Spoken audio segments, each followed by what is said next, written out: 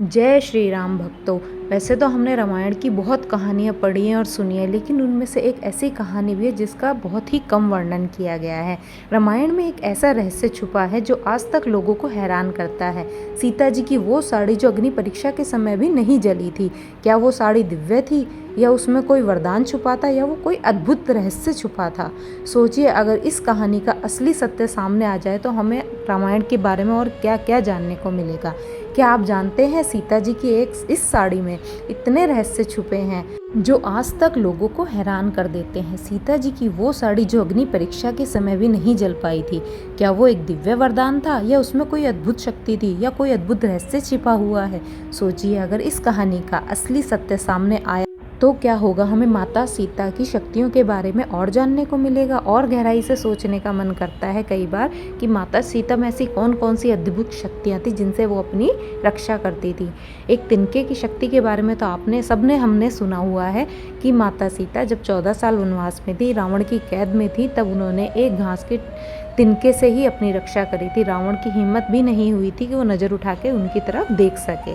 जब इतनी माता सीता में शक्तियाँ थी तो उनकी साड़ी में कितनी शक्ति होगी।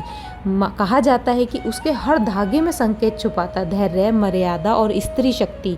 क्यों विपत्ति में भी उनकी आभा कम नहीं हुई। क्या रंगों का अर्थ था पीला श्रद्धा, हरा आशा, लाल अटूट प्रेम, और वे किनारे सीमा जो सिखाएं कब चुप रहना है और कब बोलना है। आज की भाग दौड़ में माता सीता की साड़ी का रहस्य जानने की बहुत जिज्ञासा है। चलिए माता सीता की कहानी सुनते हैं। माता सीता की साड़ी के बारे में पुराणों में कहा गया है कि माता सीता की साड़ी में एक ऐसा रहस्य था जो महर्षि वाल्मीकि की द्वारा लिखी गई रामायण में वर्णित है। अनुसार भगवान श्री राम को 14 वर्ष का वनवास हुआ था।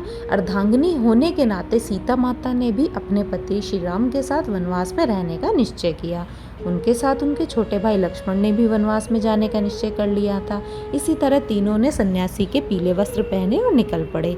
माता सीता एक पतिव्रता स्त्री थीं, इसलिए वे हमेशा श्री राम जी के साथ ही रहीं।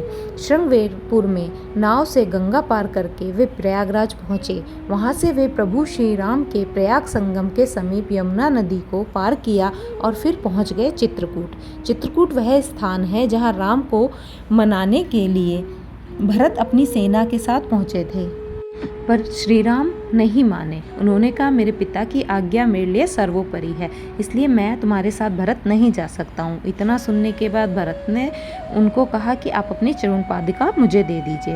इतना राजा दशरथ का तो देहांत हो ही चुका था। भरत राम जी की चरण पादुका को लेकर अपने राज्य पर राज्य करने लगे और खुद जैसे श्री राम जी 14 वर्ष का वनवास काटे, वैसे ही भरत ने भी उनके साथ 14 वर्ष का वनवास काटा। बस इतना था कि वो उनके साथ नहीं थे, लेकिन उन्होंने भी सारे सुख सब त्याग दिए थे। श्री राम सतना में रामवन नामक स्थान पर भी रुके थे, जहाँ ऋषि अत्रि का एक और आश्रम था। यहाँ आश्रम में माता अनुसुईया ने सीता जी को पतिव्रत धर्म का ज्ञान दिया। सती अनुसुईया सतीत्व का सर्वोच्च पद प्राप्त था। वे भगवान दत्तात्रेय, चंद्रदेव और दुर्वासा ऋषि की माता थीं। उन्होंने श्री राम, माता सीता और लक्ष्मण जी का आतिथ्य सत्कार किया। साथ ही उन्होंने माता सीता को पुत्री के समान अत्यंत प्रेम दिया और पत्नी धर्म का कैसे निर्वाहन किया जाता है वह समझाया। उसके अलावा माता अनुसुईया ने माता सीता को एक ऐसी दिव्य साड़ी भी भेंट स्वरूप दी थी कि जो कभी नष्ट नहीं हो सकती थी, उसे अग्नि भी नहीं जला सकती थी। कहते हैं कि माता अनुसुईया को यह साड़ी स्वयं अग्निदेव ने उनके तपोबल से प्रसन्न होकर प्रदान की थी। इस साड़ी की विशेषता थी कि यह कभी भी ना तो फटती थी, ना ही मैली होती थी और इस पर किसी भी प्रकार का कोई दाग नहीं लग सकता था। इस साड़ी में अग्निदेव का तेज विद्यमान था।